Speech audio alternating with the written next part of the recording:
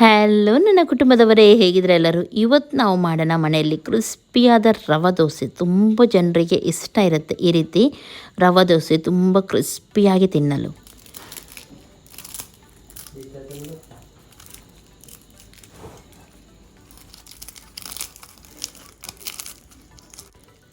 ನೋಡಿದ್ರಲ್ಲ ಎಷ್ಟು ಕ್ರಿಸ್ಪಿಯಾಗಿದು ಬಂದಿದೆ ಅಂತ ಹೇಳಿ. ತುಂಬ ಚೆನ್ನಾಗಾಗುತ್ತೆ ರವೆ ದೋಸೆ. ನೀರುಳ್ಳಿ ಎಲ್ಲ ಹಾಕಿ ತುಂಬ ಟೇಸ್ಟ್ ಇರುತ್ತೆ ಇದು. ಸ್ವಲ್ಪ ಮಾಡಲು ಸ್ವಲ್ಪ ಕಷ್ಟ ಅಂದರೆ ತುಂಬ ಹೊತ್ತು ವೇಟ್ ಮಾಡಬೇಕಂತ ಹೇಳಿ ಅಷ್ಟೇ. ಇಲ್ಲದಿದ್ದರೆ ಸಿಂಪಲಾಗಿ ಇದನ್ನು ನಾವು ಮಾಡ್ಬೋದು. ಓಕೆ, ನಾನಿವಾಗ ತೋರಿಸ್ತೀನಿ ಯಾವ ರೀತಿ ಇದನ್ನು ಮಾಡೋದಂತ ಹೇಳಿ. ಫಸ್ಟಿಗೆ ಇದಕ್ಕೆ ಬೇಕು ರವೆ. ಸಣ್ಣ ರವೆ ತೊಗೊಂಡಿದ್ದೀನಿ, ಸೆಮೋಲಿನ ಹೇಳ್ತಾರೆ ನೋಡಿ, ಚಿರೋಟಿ ರವೆ 2 ಕಪ್ಪಷ್ಟು ನಾನಿಲ್ಲಿ ಹಾಕ್ತಾಯಿದ್ದೀನಿ. ಓಕೆ, ಆಮೇಲೆ ಇದಕ್ಕೆ ನಾನಿಲ್ಲಿ 3/4 ಕಪ್ಪಷ್ಟು ಅಕ್ಕಿ ಹಿಟ್ಟನ್ನು, ರೈಸ್ ಫ್ಲೋರ್ ಇದೆ ನೋಡಿ, ಯಾವುದೇ ವೈಟ್ ರೈಸ್ ಫ್ಲೋರ್ ಆಗುತ್ತೆ ಅದನ್ನು ಹಾಕ್ತಾಯಿದ್ದೀನಿ.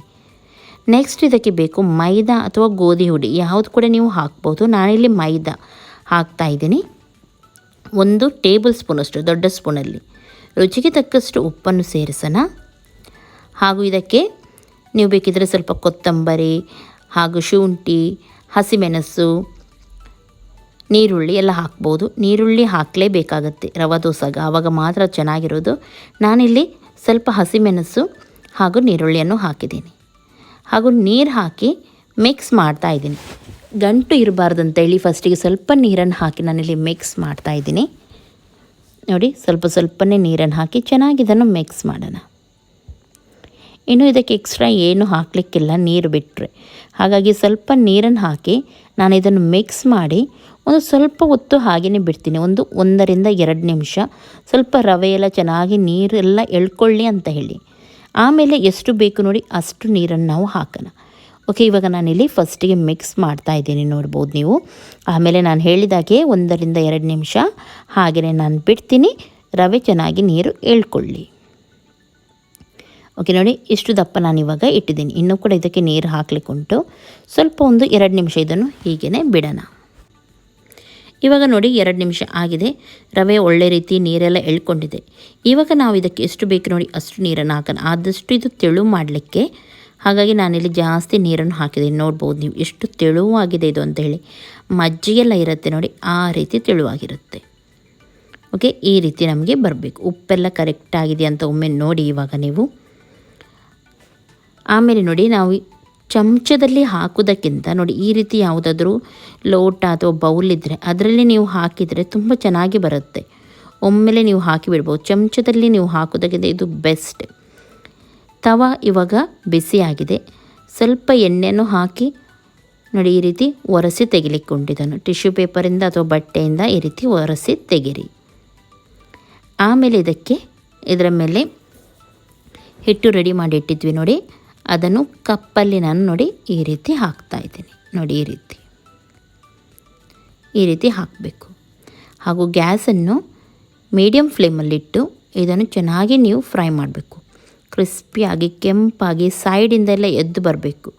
ಸ್ವಲ್ಪ ನೋಡಿ ಮೇಲಿಂದ ಈ ರೀತಿ ಬೇಯ್ತಾ ಬರುವಾಗ ನೀವು ಇದಕ್ಕೆ ಸೈಡಿಂದ ನೋಡಿ ಈ ರೀತಿ ಎಣ್ಣೆಯನ್ನು ಹಾಕಬೇಕು. ಇದರಿಂದ ಟೇಸ್ಟ್ ಕೂಡ ಚೆನ್ನಾಗಿ ಬರುತ್ತೆ ಹಾಗೂ ಬೇಗನೆ ಎದ್ದು ಕೂಡ ಬರುತ್ತೆ, ಅಂಟುದಿಲ್ಲ. ನೋಡಿದ್ರಲ್ಲ ಈ ರೀತಿ. ಇವಾಗ ಇದು ವೆಯ್ಟ್ ಮಾಡೋಣ. ಮುಚ್ಚಿಡಲಿಕ್ಕಿಲ್ಲ, ಇದು ಹೀಗೇ ಓಪನ್ ಇಡಲಿಕ್ಕೆ. ಹಾಗೂ ನೋಡಿ ಕ್ರಿಸ್ಪಿ ಸೈಡಿಂದ ಎದ್ದು ಬರುತ್ತೆ, ಅಷ್ಟರವರೆಗೂ ನಾವು ಇದನ್ನು ಫ್ರೈ ಮಾಡಬೇಕಾಗತ್ತೆ. ಸ್ವಲ್ಪ ಟೈಮ್ ತಾಗುತ್ತೆ, ಫ್ರೈ ಆಗಬೇಕಲ್ವ. ನಾನು ಹೇಳಿದಾಗೆ ಇದೇ ದೊಡ್ಡ ಕೆಲಸ. ಮಾಡೋದು ದೊಡ್ಡ ಕೆಲಸ ಅಲ್ಲ, ಇಲ್ಲಿ ವೇಟ್ ಮಾಡೋದು ಉಂಟು ನೋಡಿ, ಅದು ದೊಡ್ಡ ಕೆಲಸ, ಫ್ರೈ ಮಾಡೋದು. ನೋಡಿ ಇವಾಗ ಸೈಡಿಂದ ಯಾವ ರೀತಿ ಎದ್ದು ಬರ್ತಾ ಉಂಟು, ಕ್ರಿಸ್ಪಿಯಾಗಿದೆ ನೋಡ್ಬೋದು ನೀವು. ಈ ರೀತಿ ಆಗುವಾಗ ನೋಡಿ ಪೇಪರ್ ದೋಸೆ ರೀತಿ ಬರುತ್ತೆ ನೋಡಿ, ಈ ರೀತಿ ತೆಗೆದರೆ ಆಯಿತು. ನೀವು ಬಿಸಿ ಬಿಸಿ ಇರುವಾಗಲೇ ಒಂದು ಮಾಡ್ತಾ ಒಂದು ತಿಂತಾ ಅಂತ ಹೇಳ್ತಾರೆ ನೋಡಿ, ಆ ರೀತಿ ಮಾಡಬೇಕಿದು. ಆವಾಗ ತುಂಬ ಟೇಸ್ಟಾಗಿ ಚೆನ್ನಾಗಿರುತ್ತೆ. ಚಟ್ನಿಯೊಂದಿಗೆ ಹೀಗೇನೂ ತಿನ್ಬೋದು. ನೀರುಳ್ಳಿ ಎಲ್ಲ ಹಾಕಿದ್ರಿಂದ ತುಂಬ ಟೇಸ್ಟ್ ಇರುತ್ತೆ ಇದು ತಿನ್ನಲಿಕ್ಕೆ. ಇದು ಮಾಡೋದು ನಾನು ಹೇಳಿದಾಗೆ ಸ್ವಲ್ಪ ಕಷ್ಟ, ಬಿಟ್ಟರೆ ತಿನ್ನಲಿಕ್ಕೆ ತುಂಬ ರುಚಿಯಾದದ್ದಿದು. ಓಕೆ, ನೋಡಿದ್ರಲ್ಲ, ಇದೇ ರೀತಿ ಇನ್ನೊಂದು ಕೂಡ ಮಾಡೋಣ ನೋಡಿ. ಸ್ವಲ್ಪ ಎಣ್ಣೆಯನ್ನು ಹಾಕಿ ಬಟ್ಟೆಯಲ್ಲಿ ಇದನ್ನು ಒರೆಸಿ ತೆಗೀರಿ. ಆಮೇಲೆ ಲೋಟದಲ್ಲಿ ಅಥವಾ ಕಪ್ಪಲ್ಲಿ ಹಿಟ್ಟನ್ನು ತಗೊಂಡು ಇದರ ಮೇಲೆ ನೋಡಿ ಈ ರೀತಿ ಹಾಕಿಬಿಡಿ. ಒಮ್ಮೆಲೆ ಸರಿಯಾಗಿ ಎದ್ದು ಬರಲ್ಲ ಅಂತ ಆದರೆ ನೀವು ಹಿಟ್ಟು ಹಾಕಿದ್ದು ಸ್ವಲ್ಪ ಹೆಚ್ಚು ಕಮ್ಮಿ ಆಗಿದೆ ಅಂತ ಹೇಳಿ ನೀವು ಒಂದೇ ಅದಕ್ಕೆ ಸ್ವಲ್ಪ ಮೈದಾ ಹಿಟ್ಟು ಜಾಸ್ತಿ ಹಾಕ್ಬೋದು ಅಥವಾ ಅಕ್ಕಿ ಹಿಟ್ಟನ್ನು ಜಾಸ್ತಿ ಸೇರಿಸ್ಬೋದು. ಆವಾಗದು ಇನ್ನೊಮ್ಮೆ ಕರೆಕ್ಟ್ ಆಗುತ್ತೆ. ಓಕೆ, ನೋಡಿದ್ರಲ್ಲ, ಎಣ್ಣೆಯನ್ನು ಒರೆಸಿದ್ದೀನಿ. ಇವಾಗ ನಾನು ಹೇಳಿದಾಗೆ ದೊಡ್ಡ ಕೆಲಸ ಫ್ರೈ ಆಗೋ ತನಕ ವೇಟ್ ಮಾಡೋದು. ಕ್ರಿಸ್ಪಿ ಆಗಬೇಕಲ್ವಾ, ಹಾಗಾಗಿ ನೋಡಿ ಕ್ರಿಸ್ಪಿ ಆಗಿದೆ. ಇದು ಮೇಲ್ಗಡೆಯಿಂದ ಸ್ವಲ್ಪ ತೆಗಿತಾ ಇದ್ದೀನಿ ನಾನು. ನೋಡಿ, ಸೈಡಿಂದ ಸರಿಯಾಗಿ ಎದ್ದು ಬಂದಿದೆ. ಈ ರೀತಿ ಎದ್ದು ಬರಬೇಕು ನೋಡಿ. ಇವಾಗಿದು ಸರಿಯಾಗಿ ಆಗಿದೆ. ಮೆಲ್ಲನೆ ತೆಗೀರಿ. ನೆಟ್ ರೀತಿ ಇರೋದ್ರಿಂದ ನೋಡಿ, ಈ ರೀತಿ ಮೆಲ್ಲನೆ ತೆಗೆದರೆ ಆಯಿತು ನೀವು. ಓಕೆ, ಫೋಲ್ಡ್ ಮಾಡೋಣ. ಇದೇ ರೀತಿ ಎಲ್ಲವನ್ನು ಮಾಡಿ ತೆಗೆದರೆ ಆಯಿತು. ಓಕೆ, ಇವಾಗ ನಾನು ಇದನ್ನು ತೆಗೆದು ಪ್ಲೇಟಿಗೆ ಹಾಕ್ತಾಯಿದ್ದೀನಿ. ಚಟ್ನಿಯೊಂದಿಗೆ ತುಂಬ ಸೂಪರಾಗುತ್ತೆ ಇದು, ಸಾಂಬಾರೊಂದಿಗೆ ಕೂಡ. ಖಂಡಿತವಾಗ್ಲೂ ಮನೆಯಲ್ಲಿ ಟ್ರೈ ಮಾಡಿ ಹಾಗೂ ಹೇಳಿ ಯಾವ ರೀತಿ ಆಗಿತ್ತು ಅಂತ ಹೇಳಿ. ಹಾಗೂ ನನ್ನ ರೆಸಿಪಿ ಯಾರಿಗೆಲ್ಲ ಇಷ್ಟ ಅವರು ಇವಾಗಲೇ ಲೈಕ್ ಮಾಡಿ, ಸಬ್ಸ್ಕ್ರೈಬ್ ಮಾಡಿದವರು ಸಬ್ಸ್ಕ್ರೈಬ್ ಮಾಡಿ, ಪಕ್ಕದಲ್ಲಿರೋ ಬೆಲ್ ಬಟನ್ ಕ್ಲಿಕ್ ಮಾಡಿ. ನಾಳೆ ಸಿಗ್ತೀನಿ ಒಳ್ಳೆಯ ಒಂದು ರೆಸಿಪಿಯೊಂದಿಗೆ. ಅಷ್ಟರವರೆಗೂ ಎಲ್ಲರಿಗೂ ಟೇಕ್ ಕೇರ್. ಬಾಯ್ ಬಾಯ್.